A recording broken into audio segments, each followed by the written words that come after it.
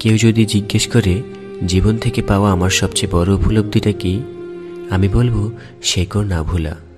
একটা গাছ যেমন তার শেকড়ের উপর দাঁড়িয়ে আকাশ পানে মাথা তুলে, আমাদের জীবনেও সেরকম কিছু শেকড় থাকে যার উপর দাঁড়িয়ে আমরা বড় হই।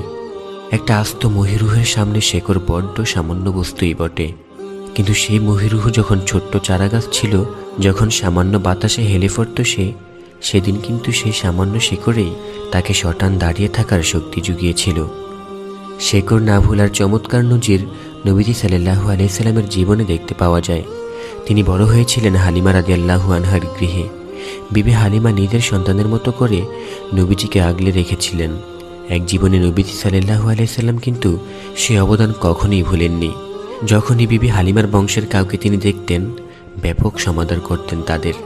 চাচা আবু তালিবের কথাই ধরুন, নবীজি সাল্লাল্লাহু আলাইহি সাল্লামকে মানুষ করেছেন নিজের ছেলের মতো করে, দুঃসময়ে বর্ম হয়ে রক্ষা করেছেন আল্লাহর নবীকে, কিন্তু নিজে কখনো ঈমান আনয়ন করেননি। সেই প্রিয়তম চাচাকে ঈমানের স্বাদ নেওয়ানোর জন্য চাচার মৃত্যুসজ্জাতেও কি দুর্নিবার প্রচেষ্টা ছিল নবীজির।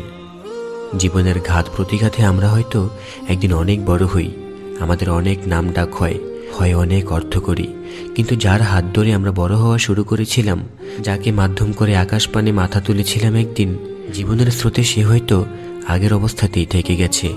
আজ হয়তো সে মাটিতে আর আমি আকাশে, কিন্তু আমার বড় হয়ে ওঠার পেছনে তার যে অবদান, সেটাকে কোনোভাবেই অস্বীকার করা উচিত নয়। ব্যক্তিক জীবনে আমাদের প্রথম শেকড় আমাদের বাবা মা, তারপরে আমাদের ভাই বোন। কেরিয়ার জীবনে সেই শেকড় হতে পারে এমন এক বন্ধু বা শুভাকাঙ্ক্ষী যে একদিন আমাকে সন্ধান দিয়েছিল একটি ভালো চাকরির, অথবা এমন এক বন্ধু বা ব্যক্তি যে আমাকে দিয়েছিল একটি দুর্দান্ত আইডিয়া যা বদলে দিয়েছে আমার জীবন। সেই শেকড় হতে পারে আমাদের এমন এক ব্যবসায়িক পার্টনার বা শুভাকাঙ্ক্ষী যাকে মাধ্যম করে বড় হয়েছে আমাদের প্রতিষ্ঠান, যশ খ্যাতি কামিয়েছি আমরা।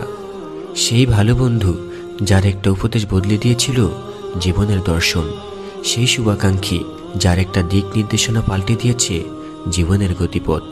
এরা প্রত্যেকেই আমাদের জীবনের শেকড়। এদের ভুলে যাওয়া মানে মূলকে অস্বীকার করা। চলুন জীবনে আমরা বড় হই, কিন্তু শেকড় না ভুলি।